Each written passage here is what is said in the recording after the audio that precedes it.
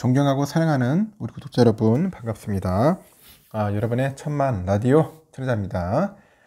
또 새벽 시간 또 여러분들과 함께 되네요. 즐거운 시간, 행복한 시간이었으면 좋겠습니다.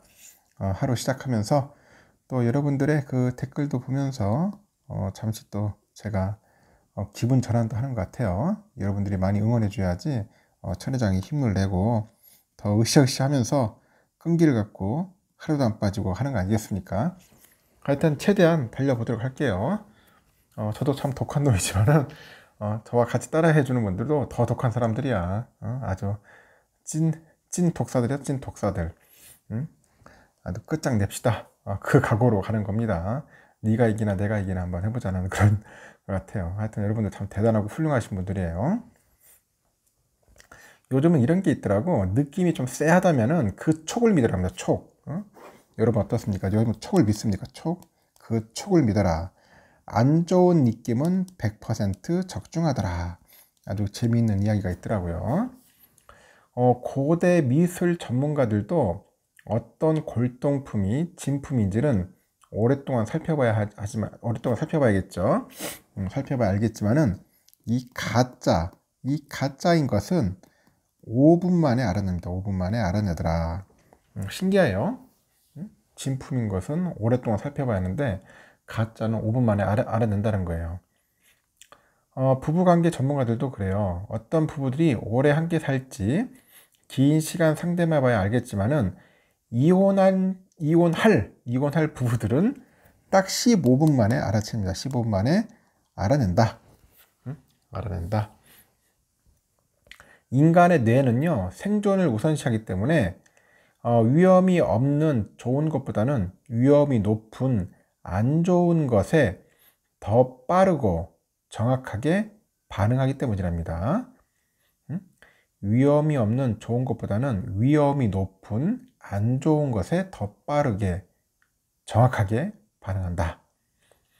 만약 여러분이 누군가를 처음 만났는데 그런 안 좋은 느낌이 들었다.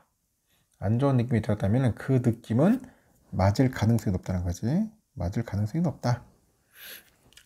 사람들은 누구나 처음 만나는 사람에게 좋은 인상을 주려고 노력을 합니다. 그런데 그런 노력에도 불구하고 여러분에게 뭔가 쎄한 느낌이 들었다면은 말로는 설명하지 못할 그런 위험을 여러분의 뇌가 찾아낸 거야. 여러분의 뇌가 찾아낸 것이다. 그래서 좋은 느낌을 무작정 믿어서도 안 되겠지만은 이 쎄한 느낌을 함부로 무시해서는 안 된다. 알겠죠? 쎄한 느낌을 함부로 무시해서도 안 된다. 느낌이 좋은 일이 생겨날 확률은 10%이지만은 느낌이 쎄한 일이 불어닥칠 확률은 몇 프로? 90%다. 90%다. 참고하셨으면 좋겠습니다. 자, 그러면은 한번 또 삼성전자 이야기를 한번 하도록 할게요. 잠시 코감기가 걸렸는지 처음에 약간 코가 맹맹한 그런 느낌이 드는 것 같습니다. 여러분 좀 목소리가 안 좋아도 양해 부탁드리겠습니다. 현재 삼성전자가 한국산 갤럭시 워치에 그 이 삼성페이의 그 지원 여부를 두고 장고에 들어갔다고 합니다. 스마트워치 점유율 확대 및 애플페이 견제를 위해서라도 이 도입이 필요한 상황이나 자칫 그 NFC 단말 보급을 촉진시켜서 애플페이의 배만 불려주는 건 아니냐 그런 우려가 현재 나오고 있는데 국내 서비스를 위해서 MST 모듈을 추가하는 방안도 고려 중이지만은 이 가격 상승하고 이 기계가 두꺼워지는 것은 불안한 요소다 그런 이야기도 있어요. 일단 업계에 따르니까 삼성은 그 국내선 갤럭시 워치의 삼성페이 그 지원 여부를 검토하고 있어요. 기존의 갤럭시 워치 제품에 그 소프트웨어 업데이트로 NFC 결제만 지원하거나 신제품에 NFC나 MST 모듈을 동시 탑재해 가지고 두 가지 결제 방식을 제공하는 식인데 이르면 올 상반기 중에 업데이트로 서비스할 가능성은 있지만은 하반기 출시하는 그 갤럭시 워치 6에 처음 지원되는 것이 뭐 유력한 상황이다. 뭐 그런 이야기도 있고, 현재 국내 갤럭시 워치 사용자들은 삼성페이를 사용할 수가 없어요. 해외에서는 갤럭시 워치의 NFC 모듈을 통해서 삼성페이 결제를 지원 중인데, 국내에서는 NFC 결제가 가능한 매장 수가 매우 적어요. 현재 한 5% 안팎. 그러다 보니까 사용처가 제한되는 탓에 삼성페이 기능을 빼버린 상태인데, 최근에 애플페이 국내 출시로 갤럭시 워치 사용자들 사이에서는 삼성페이 도입 목소리가 커지고 있고, 애플페이는 아이폰뿐만 아니라 애플워치에서도 사용할 수가 있습니다.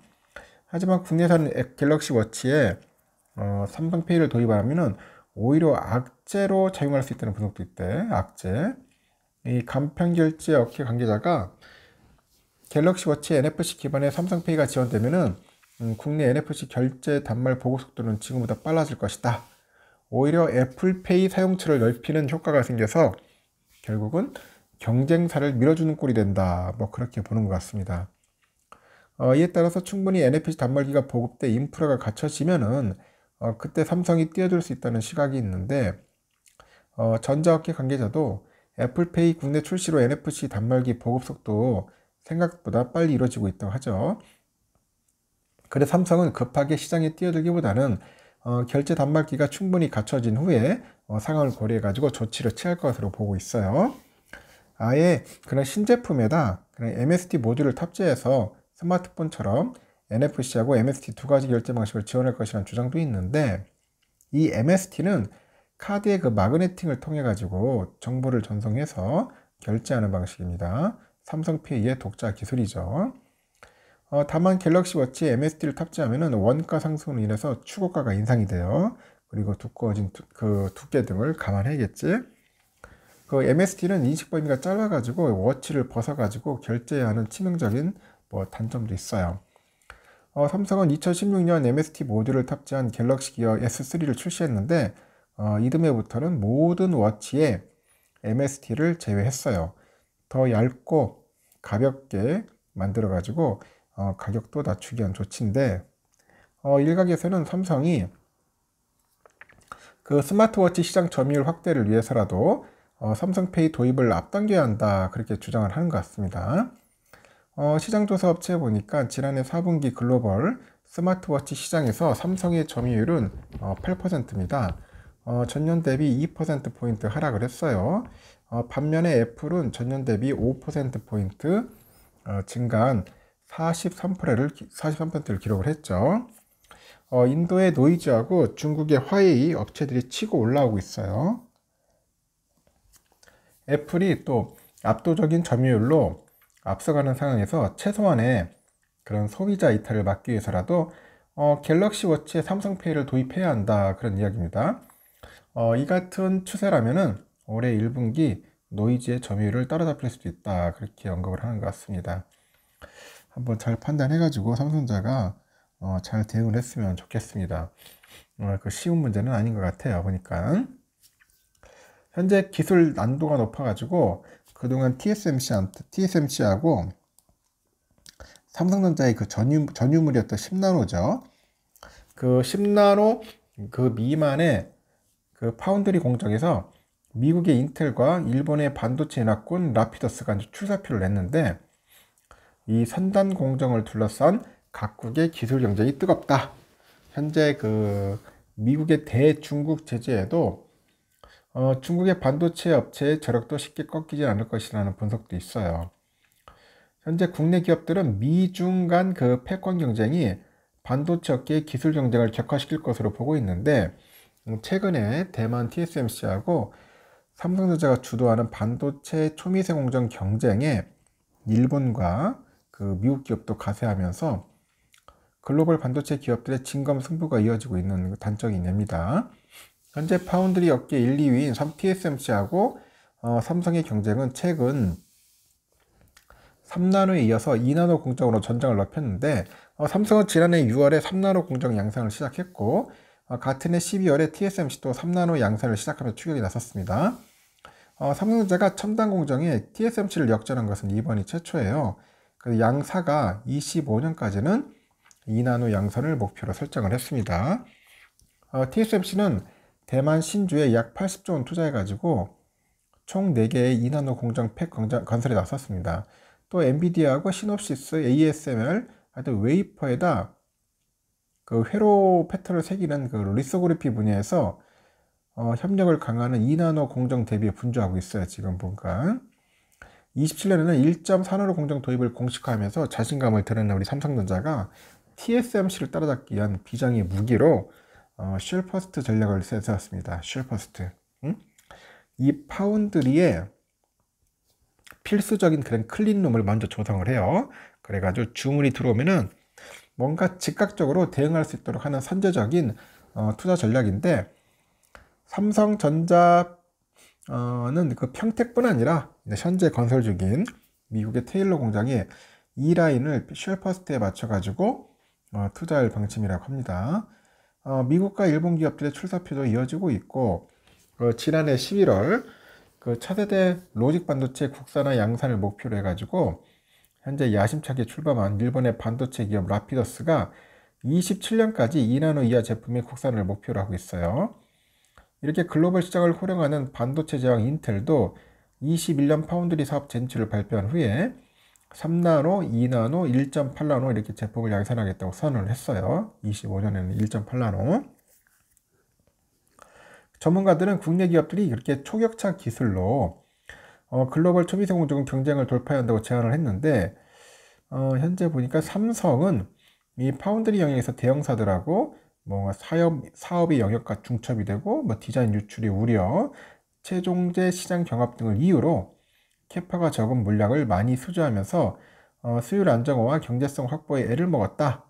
그러면서 TSMC랑 대등한 구도에서 경쟁할 수 있느냐는 그 게이트 올라라운드 2세대 공정이 안정화하고 수율 제고가 관건이 될 것이라고 분석하는 사람도 있더라고요.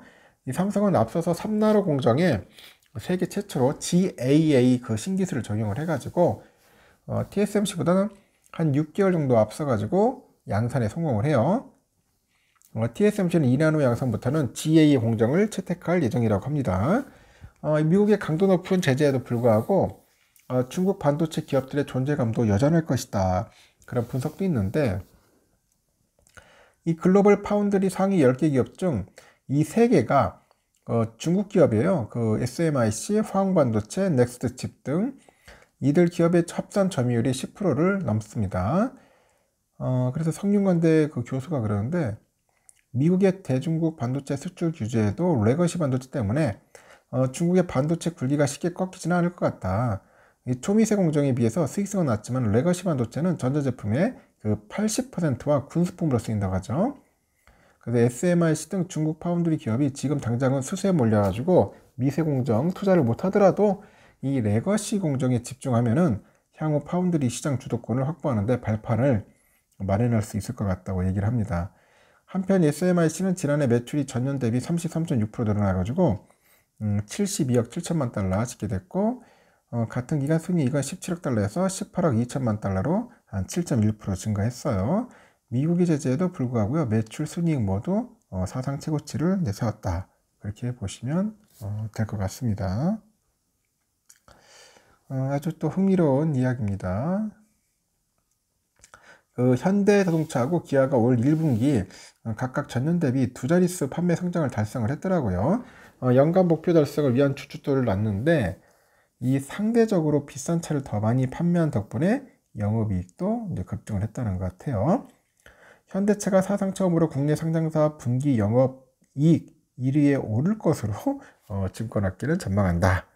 이 나와 있는 모델이 그거죠. 이게 이제 그랜저, 요즘 새로 나온 거죠. 7세대네, 7세대. 7세대 그랜저다. 현대차, 기아는 3일날 각각 3월 국내외 판매 실적을 발표를 했는데, 현대차는 지난달 국내 74,529대, 해외는 300만 7,356대, 총 38만 1,885대를 판매를 했네요. 지난달에. 작년 3월보다 국내는 40.9%, 해외는 17% 정도 증가를 했고, 총 21.3% 성장을 했어요. 1월과 2월에 이어서 3월까지 판매 호조가 이어지면서 1분기에만 100만 대를 돌파했다. 1분기 판매는 102만 316대, 전년 동기 대비 13% 정도 늘었어요. 지난달 국내 세단 판매는 그랜저가 1916대, 그 레저용 RV 차량이죠. 그 팰리세이드 4820대가 이끌었고, 포토도 1282대 팔렸네요. 그리고 그랜저하고 동시에 1만 대 클럽에 이름을 올렸습니다. 프리미엄 브랜드 제네시스가 G80이죠. 4670대 판매 견인했고, 현대차 관계자는 부품 공급량이 완화되고 그랜저나 아이오닉 6, 코나 등 주요 신차 판매도 늘었다면서 산타페 완전 변경 모델과 첫 고성능 전기차 아이오닉 5N 등을 출시를 해서 판매를 극대화하는 거죠. 그리고 고부가치 차종을 중심으로 해가지고 믹스를 개선할 것이라고 합니다. 기아는 지난달 국내 5만 3046대, 해외는 22만 4911대, 특수 318대 등 27만 8275대를 판매했네. 국내는 전년 동기 대비 17.8%, 해외는 9.2% 증가를 했어요. 전체적으로 10.9% 늘었고, 국내에서는 소렌토가 6,890대, 해외에서는 스포티지가 42,445대가 가장 많이 팔렸답니다. 기아 역시 올 들어서 판매 상승세를 지속하면서 1분기에만 70만 대 넘는 판매량 기록했고, 작년 1분기 대비 12% 증가한 76만 7,700대를 판매했네요. 기아 관계자도 이 반도체 부품 수급 차질이 완화되면서 이 생산량이 증가하고 있습니다. 이 스포츠 유틸리티 차량이 중심으로 해가지고 이제 믹스를 계산해가지고 수익성을 더욱 높일 거라고 합니다. 이렇게 현대차 기아의 1분기 판매 호전은 역대급으로 영업이익으로 이어질 것 같아요. 금융정보업체도 그래요. 현대차 1분기 영업이익을 2조 5,620억 정도로 보는 것 같은데 작년 1분기보다 24.7% 늘어난 규모로 실현되면 2010년 그 국제회계기준 도입 이후 1년분기 기준 최대 실적이라고 하네요. 그러다 보니까 이게 삼성전자를 제치고 처음으로 국내 상장사 분기 영업이익 1위에도 오를 것 같다. 깜짝 놀라는 소식이네. 야, 삼성전자를 제꼈단 말이에요, 영업이익이. 그만큼 오죽했으면 반도체가 요즘 막 워낙 개파이다 보니까 현대차한테도 밀리네. 현대차한테도 영업이익이 진짜 쇼킹할 만한 일입니다. 기아 1분기 영업이익은 2조 583억인데 그게 추정돼요. 작년 1분기 1분기랑 비교하니까 28% 증가한 규모고, 추정치대로라면 1분기 기준 영업이익이 처음으로 2조 원을 넘어섭니다. 업계 관계자도 현대차와 기아의 1분기 판매 실적이 시장 예상을 뛰어넘을 만큼 역대급 영업이익을 기록할 것으로 현재 보인다고 하죠. 이렇게 1분기 판매량을 감안하면은 현대차와 기아의 올해 연간 목표 달성 가능성이 높아졌다는 게 업계의 관측. 그리고 현대차는 올해 판매 432만 1000대, 영업이익은 11조 9,189억 정도로 목표로 잡았네요. 기아는 320만 대, 영업이익은 9조 3천억 정도 연간 목표다. 이달 18일부터 미국의 인플레이션 감축법 IRA죠. 이 IRA의 그 배터리 광물 부품 요건이 시행되는 점은 변수로 꼽힌다고 합니다. 전기차 세액공제를 받지 못해가지고 미국 시장에서 가격 경쟁력이 떨어질 가능성이 있다는 우려가 있어요. 결국은 미국에서 이제 골로 가는 거예요. 이제 미국에서 이 IRA 적용 못 받아 보니까.